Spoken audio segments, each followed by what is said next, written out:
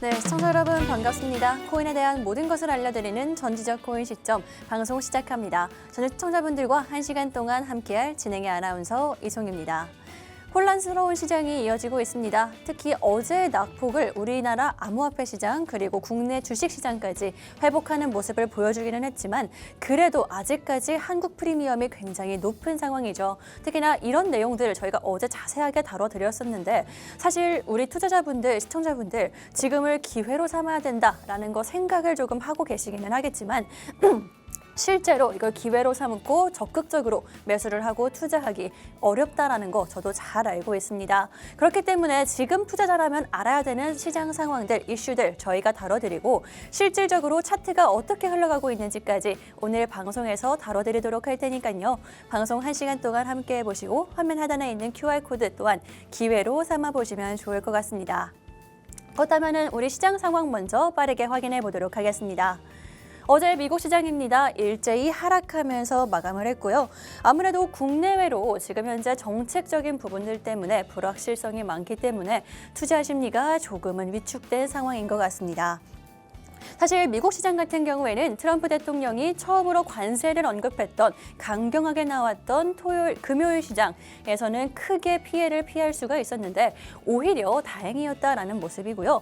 어제 시장에서 사실 처음에는 굉장히 낙폭을 크게 시작했습니다만 장 중간에 트럼프 대통령이 관세를 유예하겠다라고 밝혔고 조금은 회복을 하면서 그래도 크게는 하락하지 않은 방어한 모습을 보여줬습니다. 사실 이게 하루하루 어떻게 흘러갈지 아무도 예상을 못하는 상황이기 때문에 어떻게 흘러갈지는 저희와 함께 계속해서 확인해 보시면 되겠습니다. 그렇다면 이제 투자자라면 알아야 하는 그런 이슈들 함께 다뤄보도록 하겠습니다. 먼저 첫 번째 이슈입니다. 미국에서 제조업 지수가 발표가 됐죠. PMI 제조업 지수가 발표가 됐는데 제조업 지수 굉장히 좋게 나왔습니다. 업황 자체가 좀 확장으로 전환되었다라고 계속해서 이야기가 나오고 있는 상황이고요. 특히나 트럼프 대통령의 기대감이 반영이 되면서 정말 오랜만에 PMI 지수 50 이상을 달성했다라는 상황입니다. 사실 제조업 같은 경우에는 많은 분들이 알고 계시겠지만 한 26개월가량 2년 넘게 계속해서 축소되고 하락하는 모습을 보여줬었는데 그렇기 때문에 제조업이 아무래도 좀 기반이 되는 산업 중에 하나이기 때문에 경기 자체가 좀 회복되지 않을까라는 기대감까지 함께 올라오고 있습니다. 특히나 이렇게 제조업 지수가 좋은 모습을 보여주면서 국내 삼성전자라든지 SK하이닉스도 오늘 빨간불을 켜주고 있는 상황이죠. 또 다음 이슈 함께 살펴보도록 하겠습니다. 트럼프 대통령이 캐나다와 멕시코 관세 부과를 한 달 유예하겠다, 보류하겠다라는 이야기를 했습니다. 사실 어제 시장이 폭락한 거는 이 관세 문제 때문이었고 저희가 방송에서 시청자분들이 꼭 알아야 하는 것들 자세하게 짚어드렸었는데요. 굉장히 좀 파격적인 행보를 보이고 있다라는 생각이 듭니다. 그 이유 중에 하나가 이 보류하겠다라는 발언을 어제 했는데 그 오늘이 바로 관세를 시행하는 날이었거든요. 관세 시행을 딱 하루 앞두고 이렇게 보류 선언을 한 겁니다. 정말 이 관세 문제가 어떻게 흘러갈지 아무도 예상을 할 수가 없는데 관세 문제가 굉장히 다방면에 영향을 미치고 있죠. 국내 주식시장뿐만이 아닙니다. 암호화폐 시장까지도 큰 영향을 보여주고 있기 때문에 시청자분들 실시간으로 저희와 함께 꼭 확인해 보시면서 투자 이어나가시면 좋겠습니다. 또 다음 이슈입니다. 트럼프가 중국과 24시간 내에 대화하겠다라는 언급을 했습니다. 캐나다는 오후 3시에 다시 한번 협상을 재개하겠다라고 이야기를 남겼는데요. 사실 이 협상 카드로 쓸 것이다, 관세를 협상 카드로 쓸 것이다 라는 이야기는 어제 방송에서 계속해서 저희가 다뤄드렸던 내용이죠. 특히나 중국 같은 경우에는 24시간 내에 굉장히 빠르게 좀 일 처리가 이루어질 것으로 보이고요. 특히 중국 같은 경우에는 우리나라와 좀 밀접하게 연관이 있는 그런 국가이기 때문에 투자하시는 분들은 어떤 투자를 하시는 분들이라도 오늘 이 이슈 저희와 함께 다뤄보시면서 앞으로 잘 대응해 나가시면 좋을 것 같습니다. 이런 이슈들 저희가 오늘 방송에서 함께 다뤄드릴 거고요. 그뿐만이 아니라 방송 외에도 이런 대응들 함께 하고 싶다 하시는 분들은 화면 하단에 있는 QR코드 지금 핸드폰 카메라로 함께 해보시면 되겠습니다. 그럼 저는 잠시 후에 전문가님과 함께 돌아오도록 하겠습니다.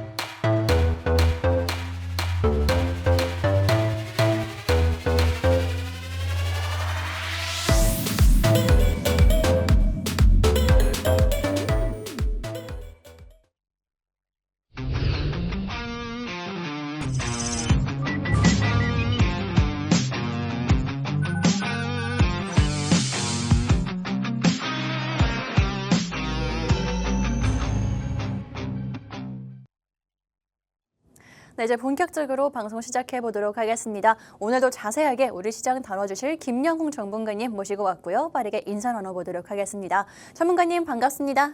맞습니다.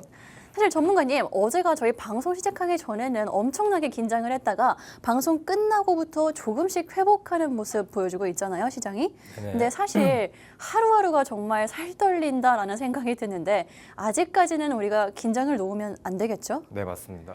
그래서 이제 오늘 얘기를 좀 드릴 부분은 이제 시장이 이제 하루 국면 만에 좀 많이 크게 추세가 많이 바뀌었다 보니까 저도 사실 이제 오전하고 이제 오후 그리고 이제 일을 하고 나서 이제 사실 밤에는 좀 잠을 자야 되거든요. 그럼요. 네, 근데 이제 문제는 뭐냐면은 원래는 저는 이제 밤에 시장을 보는 사람이다 보니까 근데 원래는 제가 새벽까지도 시장을 좀 보는데 그렇죠. 근데 금일 이제 근래 한 2달 정도 가량은 이제 방송이나 이제 뭐 시황이나 이런 것들 좀 올려야 되기 때문에 이제 어쩔 수 없이 좀 잠을 자요. 근데 주무셔야죠. 지금은 좀 잠을 잘 수가 없는 시장 상황인 것 같습니다. 오늘도 새벽 3시, 4시까지 좀 차트를 계속 보고 시장 상황을 좀 보다가 네. 이제 장 막판 끝나고 이제 PPT 준비하고 방송 준비하는데 오늘도 한번 열심히 설명해 보도록 하겠습니다. 네, 알겠습니다. 그렇다면 좀 우리가 기분 좋은 소식부터 다뤄보는 게 좋을 것 같은데 제조업 지수가 정말 오랜만에 좋게 나왔다라고 하는데 이게 트럼프 대통령 기대감 때문이라면서요? 네, 맞습니다. 사실 트럼프 같은 경우에는 기업 친화적 성향이 너무 강한 이제 성격을 가지고 있고 그리고 이제 그 전부터 계속적으로 공약을 내세웠었죠. 기업 친화적인 전략을 이제 공약을 펼치겠다. 그리고 이제 그 부분에 대한 이제 세금이나 이런 부분들을 연결해서 말씀을 드렸죠. 자, 차트가 아니라 화면 보겠습니다. 그래서 미국 1월 제조업 워커 확장 전환이라고 하는데 여러분들 중에 이런 분들이 있을 거예요. 아니 지금 2월인데 왜 1월 제조업 지수를 가져왔냐라고 하실 분들이 있거든요. 근데 이게 항상 지표는 저번 달 걸 가져오는 거예요. 그래서 이번에 2월 달에 고용 지표 같은 경우에도 1월 달에 있던 고용에 대한 흐름을 가져오는 거기 때문에 전월 대비 이렇게 얘기를 하는 겁니다. 아무튼 간에 1월 제조업 업황에 대한 이제 확장 전환. 근데 그 부분이 사실 기업 내 제조업에 대한 부분이 어떻게 보게 되면 성장성이 두드러지게 나타난 게 아니라 사실은 이제 기대감에 대한 상승이라고 좀 봐주시면 될 것 같습니다. 기대성. 근데 확실히 모든 지표 같은 경우에는 대부분 그래요. 지표라는 거는 실질적인 값을 가지고 얘기를 합니다. 근데 이번에 실질적인 값이 기대감 때문에 올랐다라고 봐주시면 될 것 같고 지금 PMI 지수 같은 경우에는 이제 50.9% 나왔잖아요. 근데 이게 정말 중요한 게 그냥 지표는 좀 외워주시면 좋습니다. 그냥 공식 같은 거예요. 공식인데 뭐냐면은 50을 기준으로 합니다. 50을 기준으로 위에 있으면은 긍정적이다. 50을 밑으로 떨어져 있으면은 이제 부정적이다라고 하고 그리고 이제 매번 나오는 흐름이죠. 이제 컨센서스 예상치입니다. 그래서 어제 11시 45분 그리고 12시 기준으로 지표 주요한 것들이 이제 2개 정도 나왔는데 제가 매번 말씀드렸죠. 지표는 별 개수만 보면 됩니다. 2개짜리는 볼 필요 없고요, 사실. 별 3개짜리 위주로 봐주시고 그리고 항상 전월 대비로 나오다 보니까 MOM 기준이라고 생각해 주시면 될 것 같습니다. 근데 그런 부분이 현재 50.1 그리고 ISM 제조업 구매자 지수 같은 경우에는 49.3이 나왔었죠. 시장에서 이 부분에 대한 컨센서스는 전에 있던 실적이나 현재 앞으로에 대한 기대성을 기반으로 이제 예상치가 나오는 건데 그 부분이 사실은 이제 50 미만이었었던 거죠, 예상치가. 근데 이제 그 부분이 기대감 반영이 되면서 50 이상으로 나왔던 거고 그 위에 있는 제조업 구매자 관리 지수 같은 경우에는 51점이 상당히 높은 수치로 나왔습니다. 근데 예를 들면 이런 게 있어요. 예상치가 있는데 이 부분이 사실 이제 50이 안 넘으면 좋지는 않아요. 근데 이제 무조건 이런 부분이 있죠. 근데 예상치를 넘었잖아요. 그러니까 예상치가 49.5라고 생각을 할게요. 49.5고 실제 반영치가 49.7입니다. 근데 우리가 말하는 기준 50을 넘어가야 된다라는 게 있겠죠. 즉 그러면은 사람들은 생각할 거예요. 예상치보다 높아야 되는가 아니면 기준치 50 이상이 되어야 하는가. 이 두 가지를 궁금해하실 텐데 아나운서님은 전자랑 후자 중에 어떤 게 더 좋은 것 같습니까? 시장 입장에서는? 저는 예상치를 넘는 게 더 좋지 않을까 생각해요. 그렇죠. 사실 예상치만 넣어도 시장에서 긴장감 완화되긴 합니다만 네, 폭발적인 상승, 긍정적인 흐름은 사실 이제 50을 넘어가 주는 게 좋겠죠. 그러다 보니까 사실 예상치가 50 밑으로 나와 있다라는 거는 이제 사실은 그 기대감, 그 기대 반영이 사실은 좀 약하다. 근데 그 부분보다 높은 수준으로 나오니까 어느 정도 시장의 반영을 좀 보일 수 있다라고 생각해 주시면 될 것 같아요. 사실 이 지표가 그렇게까지 영향력 있는 지표는 아닙니다. 지금 당장 시장에는 단기성으로 좀 작용할 만한 역할을 할 뿐이지 장기적으로 뭐 계속적으로 이거 지표 하나 때문에 이번 달은 좋을 겁니다라고 보기에는 어려운 거예요. 자, 아무튼간에 제조업 지수가 아무튼간에 50 이상을 기록하면서 제조업 성장세로 전환했다고 얘기가 나오죠.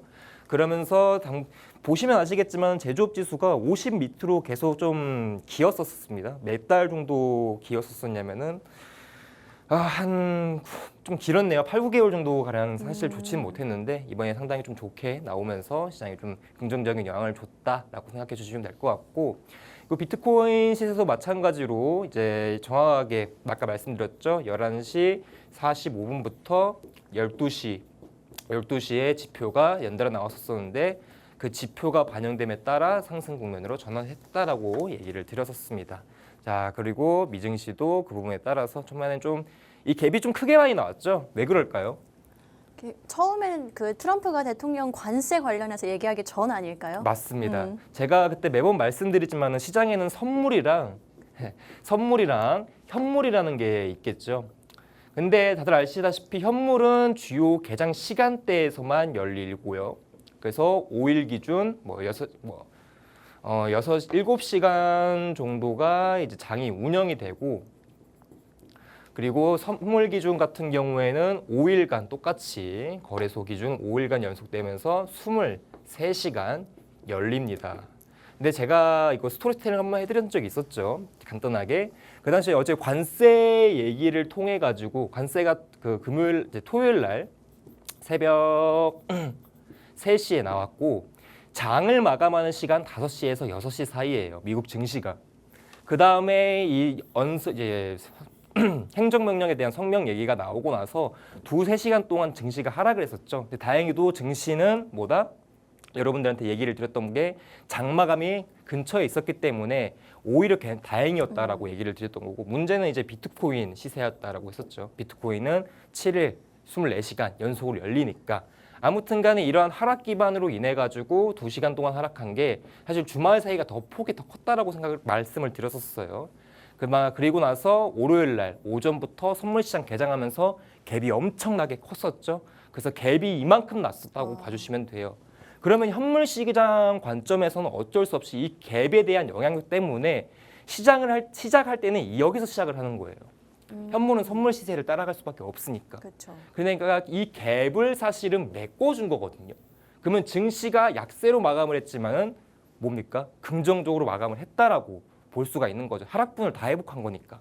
0.2%까지 상승을 했다는 거는 긍정적이었죠. 나스닥이 장 초반 개장했었을 때는 마이너스 1에서 2% 정도를 왔다 갔다 했었는데 마감비에서는 0.2%로 마감을 했으니까 시장은 상당히 긍정적으로 끝났다. 자, 그런데 중요한 거는 뒤에서 얘기를 하겠지만은 PMI 제조업 지표가 나와서 시장이 긍정적이었을까? 어느 정도 요소는 있지만 핵심적인 요소는 아니었다.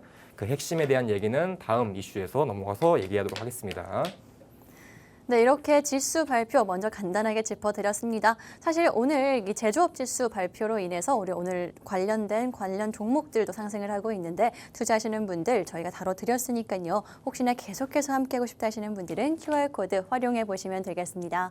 그렇다면 이제부터는요. 정말 가장 핵심적인 그런 요소 짚어보도록 하겠습니다. 아무래도 예상하신 분들이 계실 것 같은데 관세 관련해서 정말 시장이 요동치고 있는 상황이죠. 지금 상황이 어떻게 흘러가고 있는 건지 앞으로 우리가 조심하고 알아야 될 거는 어떤 건지 한꺼번에 정리하도록 할 테니까요. 방송 계속해서 함께 해보시고 혹시나 나는 실시간으로 어떻게 대응하면 좋을지 모르겠어요 하시는 분들은 QR코드 다시 한번 강조드리도록 하겠습니다.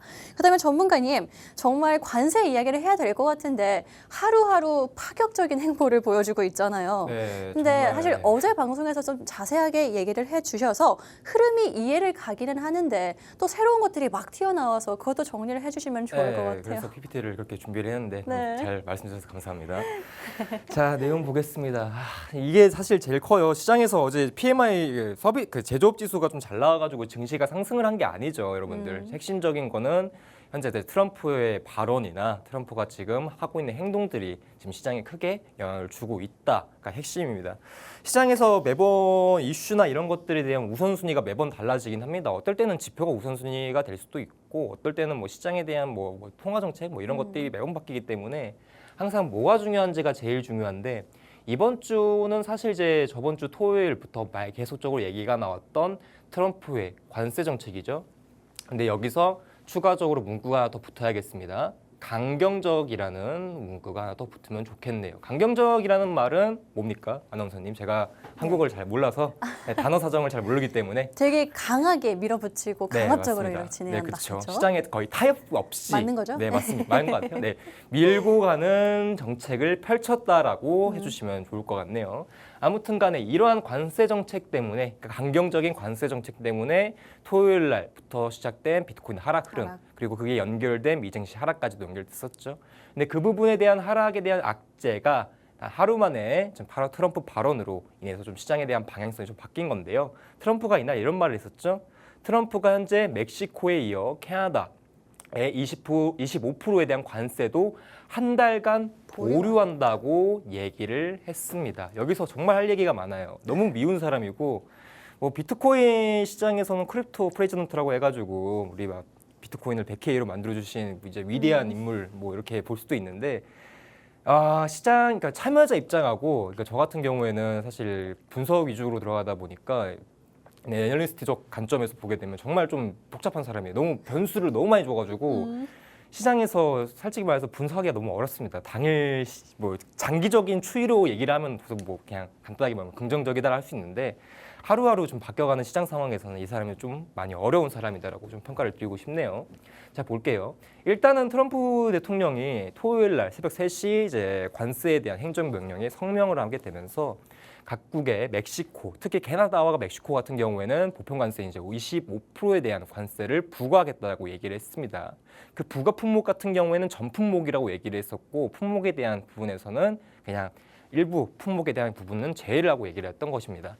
그리고 나서 이제 멕시코의 대통령과 캐나다의 총리 같은 경우도 이러한 트럼프의 관세 정책으로 이제 보복 관세를 진행하겠다면서 사실 토요일 날에 이제 관세 전쟁에 대한 트리거, 방아쇠를 당겼다라고 봐주시면 될 것 같아요. 그러다 보니까 시장이 사실상 좋지 못했었죠. 그리고 그 덕분에 위험 심리에 대한 투자 요소가 많이 줄어들면서 위험 자산, 특히 유동성에 영향을 많이 받는 나스닥이나 특히 비트코인 시장이 좀 급락을 보였었습니다. 뭐 비트코인 시장뿐만 아니라 알트코인 시장도 지금 너무 많이 망가져 있는 상태인데 알트는 조금 이따가 얘기를 좀 드리도록 하고요. 그리고 보시게 되면 2월 2일 날짜 기준이고 그리고 오늘 6시간 전이네요.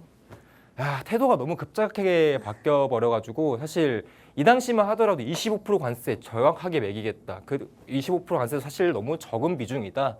난 그 더 높은 관세를 사실 원한다라고 하면서 사실 관세에 대한 이제 원전적인 정책이 아니라 강경적인 정책 그리고 시간과 타이밍 이런 게 거의 없었다시피 진행됐던 문구인데 그게 지금 사실 하루 만에 바꿨죠.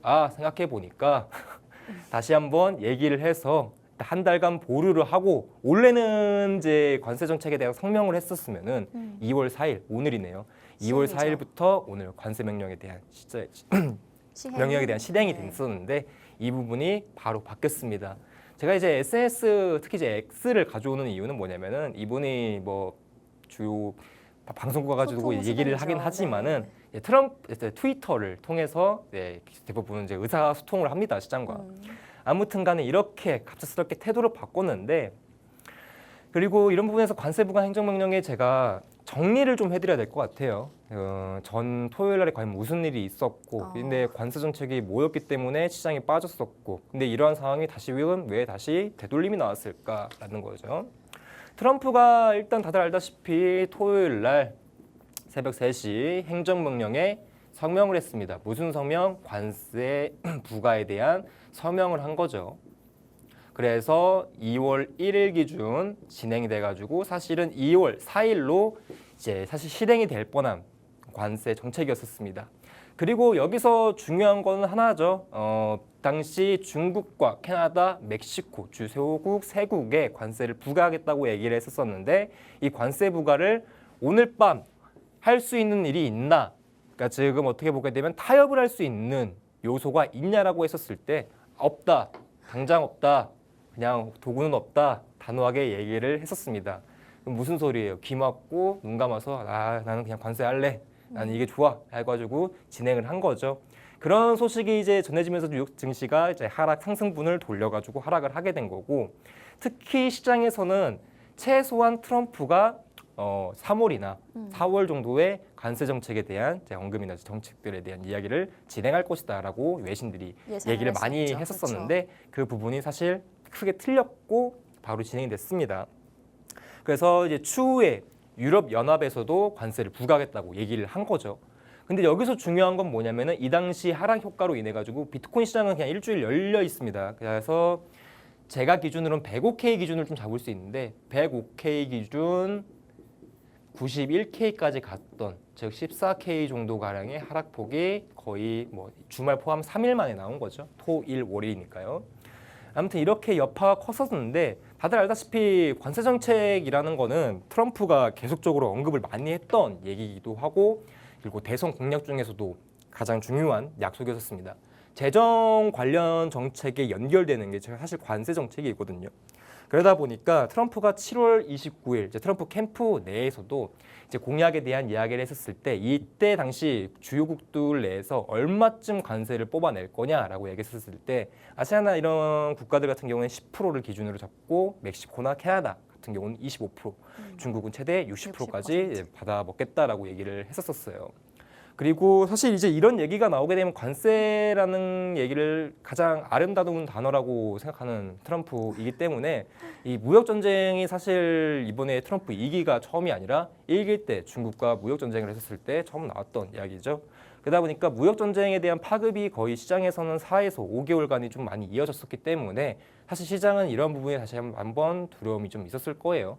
그러다 보니까 이제 부정적인 요소가 되지 않을까. 아무리 이제 미국 내 정책에 대한 재정에 대한 건정성을 위해서 관세를 걷지만 무차별적인 게 아닌가. 그리고 그때는 중국이랑만 했었다고 치면은 사실 지금은 주변 국가, 주요국 전 세계랑 사실 하는 거기 때문에 그래서 이 관세에 대한 이제 리스크가 크게 발생하지 않을까라고 이제 생각을 했었죠. 근데 그런 부분들이 사실 처음부터 얘기가 나왔었고, 트럼프가 사실 대선이 거의 확정이죠. 됐던 게 사실 9월에서 저는 10월 사이라고 생각을 하거든요.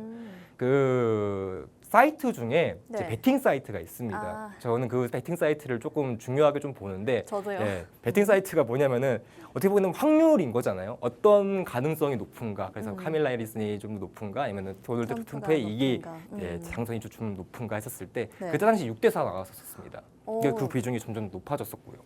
그래가지고 사실 이제 9월달 이제 대선 토론 때에서도 이런 가능성이 계속적으로 높아지고 있는 추가적인 국면에서 토론 때도 추가적으로 관세 얘기를 했던 만큼 이 관세는 상당히 좀 빠른 시기에 좀 이루어지지 않을까, 트럼프가 당선이 된다면. 그리고 나서 다들 알겠지만은 이제 11월 때 이제 트럼프가 주요 그 갑자기 생각이 안 나는데 러스트밸리라고 하죠.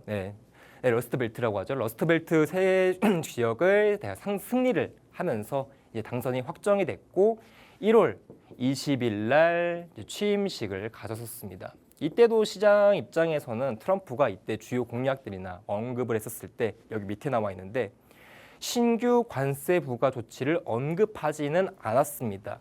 이때 데이원이라고 하죠. 트럼프가 당선이 되고 나서 이제 공약에 대한 부분이나 내가 이제 추후로 앞으로 할 방향성에 대한 얘기를 하는 이 시기에 관세는 거의 언급을 하지 않았었습니다. 그만큼 관세에 대한 좀 신중한 면모를 보여줬었고, 그리고 추가적으로 다들 알다시피 이제 스콧 베센트죠. 이번에 이제 트럼프 2기 행정 때 재무장관으로 지금 상원인준의 명령을 받고 그 부분에서 당선 이제 확정이 돼가지고 지금은 재무부 장관에 앉아 있는 인물인데, 이 장관 역시 사실 시장에서는 많이 기대를 했어요. 트럼프의 관세 정책이 사실 시장에 부담적인 요소는 많습니다. 무슨 부담이냐? 당연히 이제 국제 정세 그리고 추가적으로 물가까지 오를 수 있는 변수를 만들어내는, 어떻게 보게 되면 하나의 좀 리스크적인 관세 정책이었거든요. 그러다 보니까 이 정책이 사실상 너무 부담스러운데 트럼프도 취임식 첫날에 상당히 언급을 어떻게 했죠? 거의 안 하고 좀 신중하게 다뤘었고 그리고 추가적으로 재무부 장관에 올라와 있는 이 스콧 베센트가 사실 트럼프 인사치고는 상당히 온건한 입장의 인물입니다. 그래서 이 사람이 이제 추후에 계속적으로 얘기를 했던 게 뭐냐면은 외국과 협상 테이블에서 우위를 점하기 위한 카드로 관세가 활용된다고 관제 이야기를 했었어요. 이 이야기는 즉 무슨 말이냐? 관세 정책을 이제 상당히 강경적이나 급진적으로 펼치는 게 아니라 온건적이고 기간적으로 펼치면서 시장의 어느 하나의 도구 정도로 사용할 것이라 시장은 예상을 했었거든요. 25% 관세는 매겨질 수 있으나 사실 속도전이죠.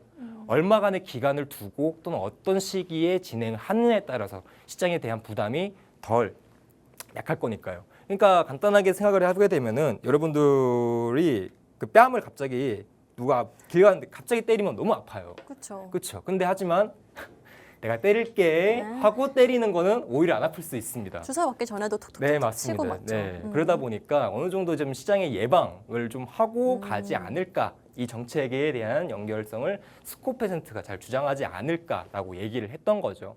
그러다 보니까 관세가 무리하게 리스크적이진 않을 거고, 특히나 이제 인사청문회에서 중요한 자리에서 얘기를 했던 거죠. 재정 정책, 특히나 관세 정책에 관해서는 특히 급진적인, 강경적인, 급한 관세 정책은 회의적, 싫어한다라고 이제 의견까지 펼쳤었죠.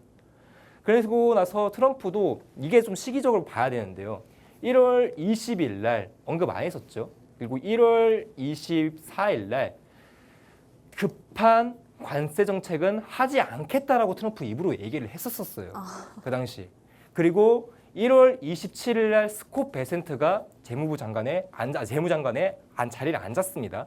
그리고 추가적으로 지금 그 당시 이제 취임하기 전 그 청문회에서도 급진적인 건 원하지 않다라고 얘기까지 했고, 그리고 그 상황에서 27일 날에 뭐가 나왔냐면 트럼프하고 스콧 베센트하고 이제 얘기가 나왔었는데 뭐냐? 트럼프는 스콧 베센트에 제안한 점진적 보편 관세 계획에 공개적으로 반대를 했어요. 그러니까 여기까지 다 빌드업 좋게 쌓았는데 이 사람이 자리에 앉고 나서 갑자기 나 싫어. 나 관세 급진 죄송합니다. 점진적인 관세 정책을 원하지 않아. 나 급한 거 좋아해. 강경적인 거 좋아해. 갑자기 이렇게 태도를 바꿔버린 거예요. 그리고 나서 이제 상무장관이죠. 후보자인데 상무장관도 똑같이 트럼프의 관세 정책에 대해서 옹호를 해줬습니다. 관세가 인플레이션을 주장하는 거는 난센스다라고 얘기를 하게 되면서 사실 스콧 베센트가 잘 빌드업 쌓고 있던 점진적인 관세 정책을 사실 편을 안 들어준 거죠. 손을 안 들어주고 강경한 그리고 그런 급한 수준의 정책을 원한다라고 얘기를 한 겁니다.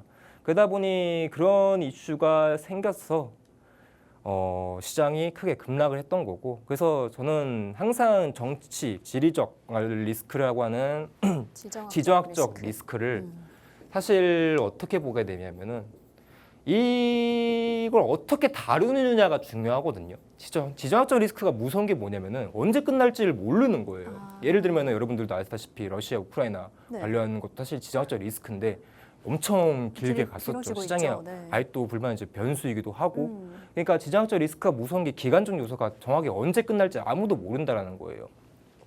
그러다 보니까 이 부분이 앞으로 좀 시간적으로 간다면은 좀 길게 갈 가능성이 상당히 높은 문제라고 생각을 하고 있었기 때문에 이 지정학적 리스크에 대한 부분에서 이거를 어떻게 트럼프가 다룰지, 어차피 관세 정책을 펼친다면 어떻게 다룰지, 어떤 시기에 진행할지, 속도는 어떨지, 그리고 어떤 주요 국가를 할 때 무게추를 더 실을지, 이게 중요할 수밖에 없었다라고 생각이 드는데 사실 그거 없이 그냥 무차별적으로 그냥 거의 하루 만에 성명하면서 진행을 했었기 때문에 시장에 사실 부담을 많이 줬던 정책이라고 볼 수가 있는 거죠. 어느 정도 좀 달래면서 갔었어야 되는데. 그리고 나서 제가 어제 그러니까 주말 사이에 이런 일이 있었고, 그리고 제가 방송을 11시에 진행하는 거 다들 아시겠지만은 전일 10시에 이 기사가 하나가 나왔었어요. 트럼프가 성명, 그러니까 이제 관세 정책에 대한 수행 성명을, 행정명령에 대한 성명을 진행을 하고 그 다음 월요일 날 딱 됐었을 때 갑자기 속보가 하나 뜹니다. 캐나다, 멕시코 3일, 그러니까 2월 3일입니다. 어제죠. 2월 3일, 그러니까 미국 시간으로는 오늘이죠. 2월 3일 관세 관련해서 대화할 것이라고 얘기가 나왔었어요. 그러니까 갑작스럽게 2월 1일 날에 강경적으로 진행을 했고 그래 놓고 시장의 부담감을 잔뜩 꼈어요. 그리고 더군다나 더 중요한 겁니다. 여기서 이 말이 정말 중요해. 중국과 캐나다, 멕시코 그 당시 2월 1일 날 시기로는 관세 시행을 막기 전에 오늘 밤 할 수 있는 일이 있냐 팔 거냐라고 했을 때 아니 없습니다 하다가 2월 3일 날 되고 나서는 아 있는 것 같네요. 있는 것 같습니다. 네, 이야기 좀 해야 될 것 같네 하면서 갑자기 얘기를 하겠다라는 거예요.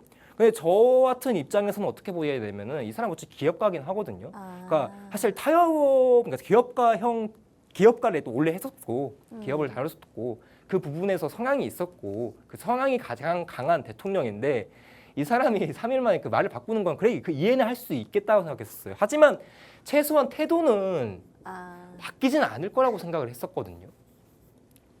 그래서 중요한 건 뭐냐면은 이 당시 3일 날에 관세 얘기가 나오더라도 보류까지는 안 나올 거라고 저는 판단을 했었습니다. 뭐가 얘기가 나올 거냐?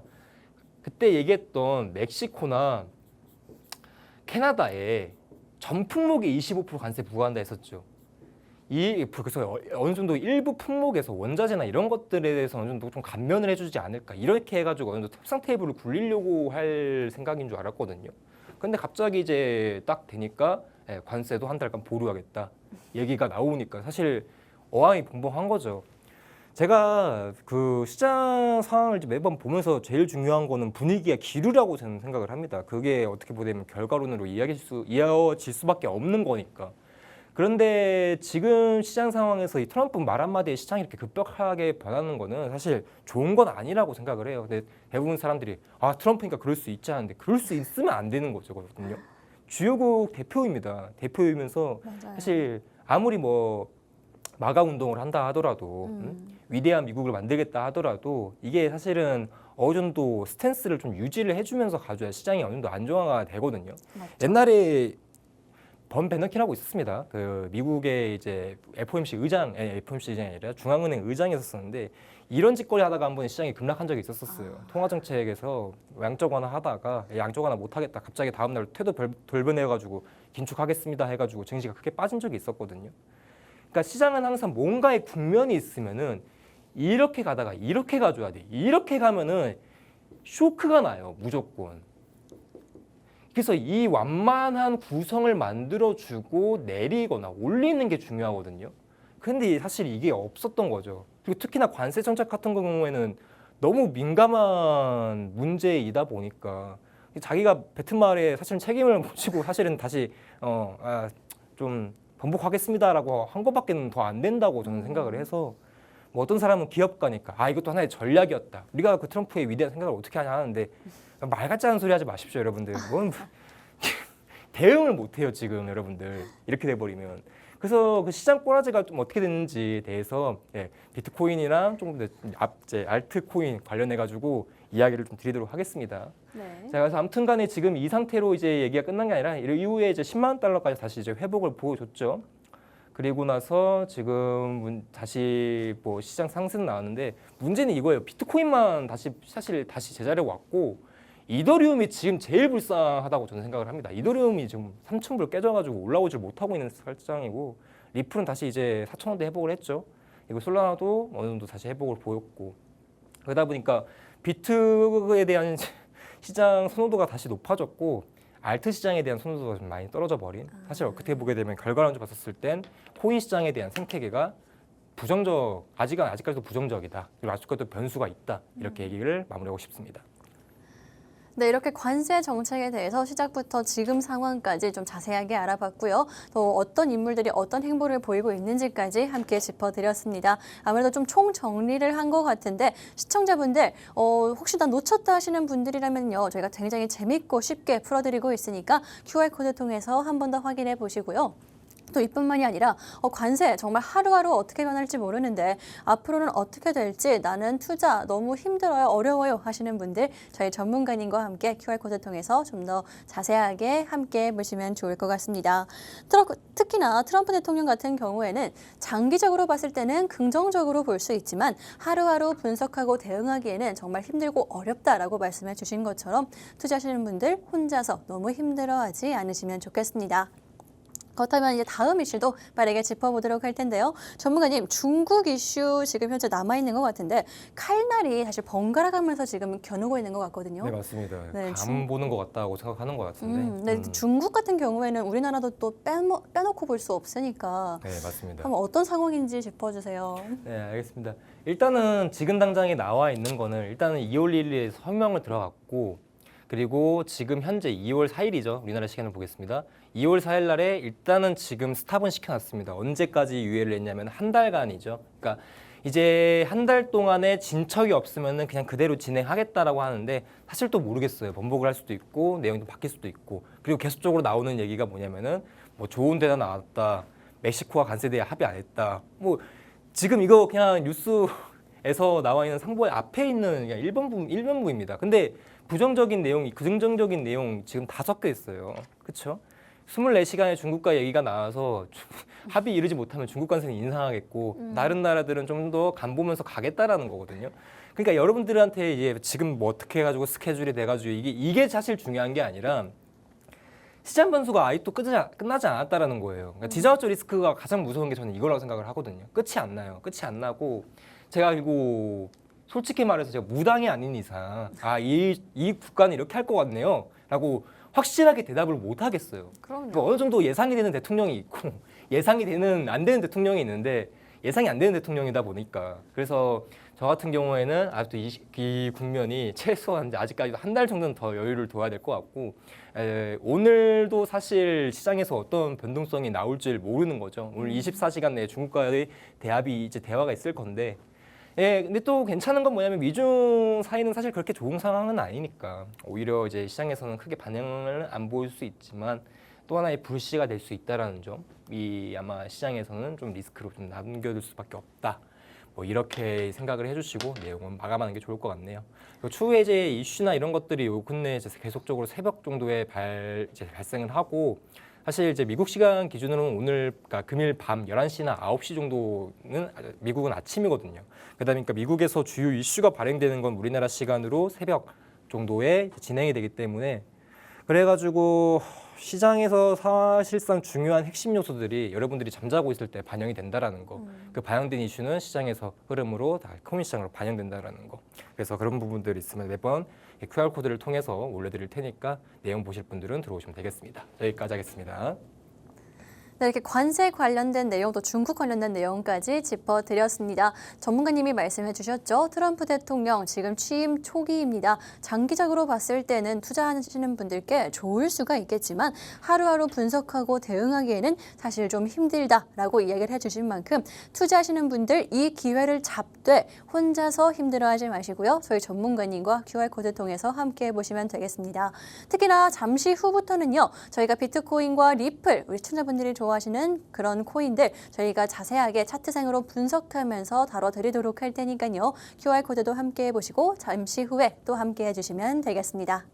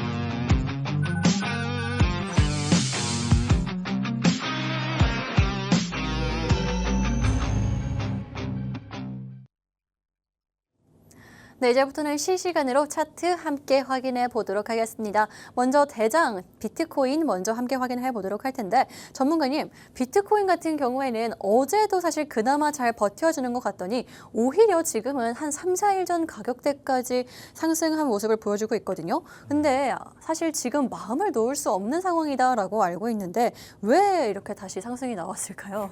다시 상승 나온 거는 이제 아까 말씀드렸던 관세 정책이 어느 정도 보류가 됐죠. 그다음에 좀 어떻게 다시 강경적이었던 이 트럼프의 스탠스가 다시 온전적인 좀 온화한 느낌으로 바뀌지 않을까에 대한 기대감이라고 좀 해석을 할 수가 있고요. 네. 그러다 보니까 다시 상징적인 가격 100K까지 올라왔는데 제가 아직 말했었죠. 지정학적 리스크가 제일 무서운 건 아직까지도 정확하게 끝나지 않았기 때문에 아직은 이제 맺고 끊음이 없었기 때문에 좀 불안하다고 얘기를 드렸었습니다. 사실 이럴 때 가장 좋은 방법이 하나 있긴 있습니다. 여러분들이 돈은 잃지 않는 방법, 투자를 하면서 관망인데요. 포지션을 안 잡는 게 제일 유리하긴 해요. 제가 어제 말씀드렸던 것처럼 지금 저항대 3개 다 때려 부쉈기 때문에 그래서 지금 사실은 위쪽에서 저항을 사실 많이 볼 수는 없고 그냥 예전에 매물대 정도 하나만 찝어볼 수가 있어서 근데 그 관점이 왜 나왔는지는 설명을 드려야 되기 때문에 이제 이야기를 빠르게 진행해 보겠습니다. 네. 자, 위점 고점 라인 때 이전에 있던 두 번째 저점 라인 여기 두 개 보이실 거예요. 자, 이 두 개를 연결하면 추세선이 만들어진다라고 얘기를 드렸고 그 추세선 대를 정확하게 딱 세팅을 해놓게 되면은 이런 식으로 깔리게 되죠. 그 밑으로 저점까지 구간을 만들어 놓게 되면 뭐다 하나의 채널링이 만들어진다라고 합니다. 이 채널링은 추세가 현재 움직일 수 있는 제한적인 밴드라고 얘기를 해주시면 폭이라고 생각해 주시면 될 것 같아요. 주가가 가는 길, 즉 방향성을 이렇게 가다가 이렇게 나와 있으면은 뭘까요, 아나운서님? 나와 있으면은 상승이죠. 그렇죠. 네. 상승을 다른 말로 하면 하락을 갔다가 이제는 뭐다? 이제 하락 안 갈래 하고 이제 길을 다른 걸로 이제 빗을 나간 거죠, 사실은. 그러다 보니까 이제 방향을 바꾸겠다라는 이제 언급이 되는 겁니다, 차트 내에서는. 그러면 이제 여기서는 상승대 흐름으로 이제 이어질 수 있게끔 움직임이 나와줘야 되는데 그 최대한 추이대에서는 다시 위쪽으로 연결하면 이렇게 또 하락이 만들어져요. 그러니까 상승에 대한 기울기라는 거는 이 채널링에 대한 각도가 최대한 올라가 줘야겠죠. 지금은 하락 쪽 구성이라고 치면은 올라가는 구성은 이런 식으로 그림이 나와야 되는 거니까. 그러다 보니까 이거는 예전에 짧은 봉으로 보게 되면은 어느 정도 그림이 만들어졌는데 지금 이제 그런 그림이 아직 안 만들어졌고 최소한 하락 범주 내에서 다시 상승 범주 내에서 하락 범주로 안 넘어가려면은 최소한 여기는 깨지 말았어야 됐거든요. 여길 따라서 지금 옛날엔 여기가 저항이었잖아요. 그렇죠? 여기를 돌파를 못하니까 위로 못 갔었던 거니까 가격 갱신이라는 건 가격이 상승이 나온다는 거는 고점을 갱신한다라는 의미가 있는 거니까 그래서 반대로 저점은 저점 갱신이 저 추가적인 하락 흐름은 저점 갱신이 이루어질 때 얘기를 하는 거고요. 그러다 보니 이 고점 갱신을 하지 못한 이 국면에서 벗어났으니 이 상승 국면이 예전 이 추세 때가 무엇으로 역할을 한다고 제가 얘기를 했습니까? 상승을 반등을 보일 수 있는 하나의 지지대라고 얘기를 드렸던 거죠. 그래서 두 번이나 지지가 뿅뿅 나왔다. 자, 그런데 최소한 여기는 벗어나지 말아야 상승은 계속 이어지지 않을까 아니니까 100K를 유지해 주면서 그런데 지금 그걸 어제 깨버렸어요. 그리고 거기에 대한 가격대 구성을 제가 97이 깨지면 사실 하락 국면으로 보겠다라고 얘기를 했었는데 이게 차트적 분석의 한계 중에 가장 큰 한계는 뭐냐면 시장에 대한 이제 이 큰 이슈나 이런 것들이 나오면 의미가 없어져요. 저는 내가 봤을 때. 여러분들이 차트가 100% 맞다, 유일신이다, 하나의 뭐 이제 바이블이다라고 이제 얘기를 하시는 분들도 있어요. 차트가 그냥 100% 맞다라고 하는데 좀 저는 솔직히 말해서 옛날에 처음에 차트 배울 때 기술적 관점 배울 때 옛날 그랬었죠. 매매할 때 차트가 100% 맞다. 뭐 볼린저 밴드가 신이다. 뭐 거래량이 최고다.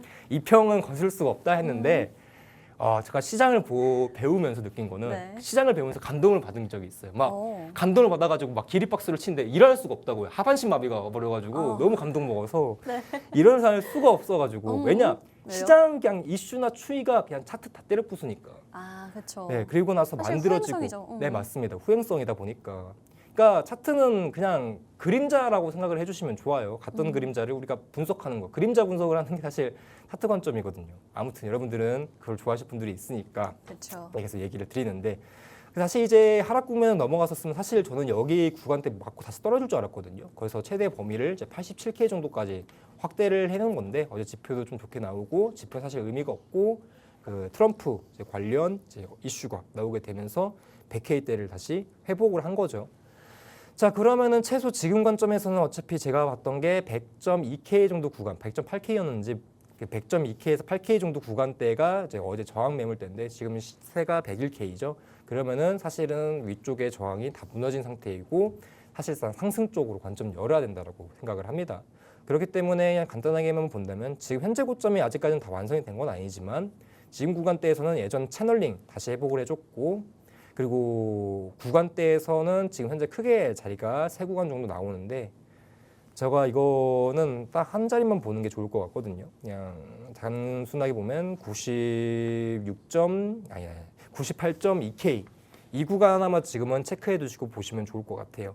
현재 시장에서 아마 100K가 무너지면 다시 빠질 거다라고 생각을 하실 분들이 많은데, 다시 빠지려면은 최소 98K까지는 빠져야 되고, 하락 관점으로 좀 열어볼까 하려면은 사실 예전 전고점 기준으로밖에 볼 수가 없거든요. 그러니까 전고점 정도에 손절 맞추고 하려면 폭이 상당히 넓죠. 그러다 보니 여러분들이 만약에 매도 관점을 열어보려면은 전고점 대비로 좀 흐름을 좀 봐야 될 것 같고, 추세대에서는 최소한 98까지 내려온 다음부터는 이제 매도 관점을 좀 볼 수 있다 이 얘기하고, 다른 차트 좀 한번 보도록 하겠습니다.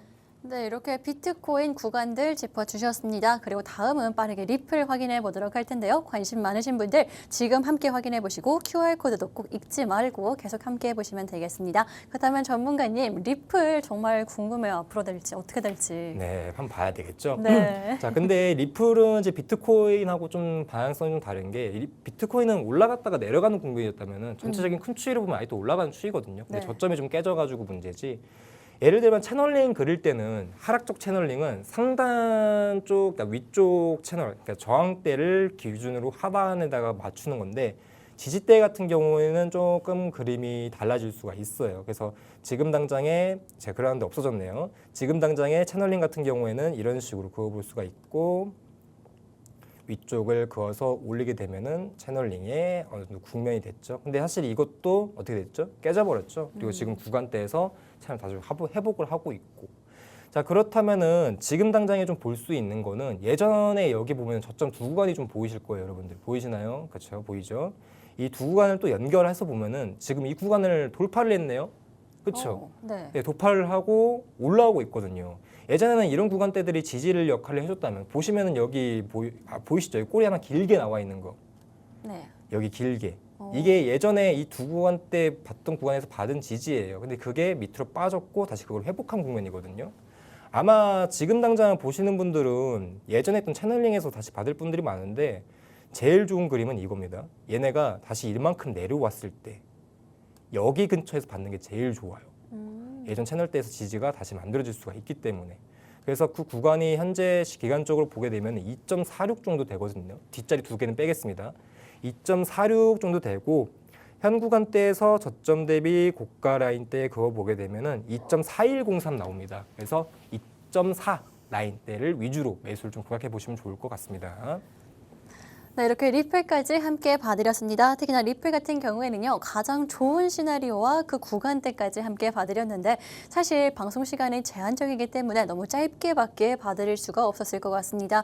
혹시나 더 좀 자세하게 알고 싶다 하시는 분들, 그뿐만이 아니라 내가 지금 리플 이걸 어떻게 해야 될지 모르겠어요. 새로 매수하는 게 지금은 문제가 아니에요 하시는 분들, 역시나 화면 하단에 있는 QR코드 통해서 저희 전문가님의 좀 더 전문적인 이야기들 들어보시면 될 것 같습니다. 특히나 변동성이 큰 시장이기 때문에 혼자서 힘들어하지 마시고요. 한 번 더 QR코드 강조드리도록 할 거고요. 오늘 방송은 여기서 마무리하도록 하겠습니다.